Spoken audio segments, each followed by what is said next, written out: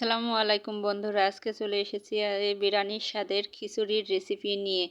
দেখুন খিচুড়িটি কত সুন্দর ঝরঝরিভাবে রান্না হবে। চলুন রেসিপিটি দেখে নেওয়া যাক। চাল আর ডাল আমি ভালো করে ধুয়ে নিয়েছি। ডালটা আমি নিয়েছি ছোলার ডাল। দেখুন আমি খিচুড়ির ভিতরে দিয়ে দিচ্ছি লবণ, আদা, জিরা গুঁড়া, ধনিয়া গুঁড়া আর তেজপাতা, তারা মশলা, আর পেঁয়াজের কুচি, রসুন, ঝাল, এগুলো ভালোভাবে দিয়ে আমি মশলাটা ভালোভাবে দিয়ে দেখুন এখানে আমি কিছু গরুর মাংসের চর্বি কেটে রেখেছি, চর্বিগুলো দিয়ে দিলাম। দেওয়ার পরে আমি এখানে 1 কাপ তেল দিয়ে দিচ্ছি। দেখুন আপনারা ভালোভাবে ভিডিওটি না টেনে ভালোভাবে দেখলে আপনারা বুঝতে পারবেন।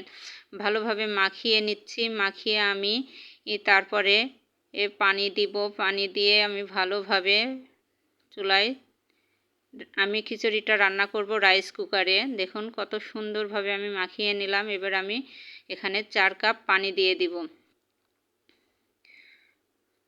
ভিডিওটি না টেনে দেখবেন। আমি মাঝে একটি টিপস দিব, আপনি দেখলে বুঝতে পারবেন। না হলে এই টিপসটা ভিডিওটি টেনে দেখলে আপনারা বুঝতে পারবেন না কি দিলে বিরিয়ানির স্বাদটা আসবে।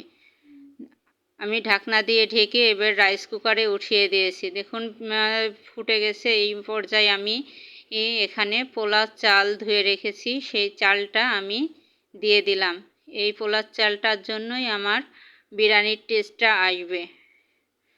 পোলাও চালটা দিয়ে আমি ভালোভাবে নেড়ে দিলাম। নেড়ে দেখুন আমার বিরিয়ানিটি রেডি, খিচুড়িটি রেডি হয়ে গেছে। দেখুন কত সুন্দরভাবে আমার খিচুড়িটি রেডি হয়েছে। দেখেই মনে হচ্ছে যে আমি বিরিয়ানি রান্না করেছি। পারফেক্টভাবে হয়েছে। আপনাদের ভালো লাগলে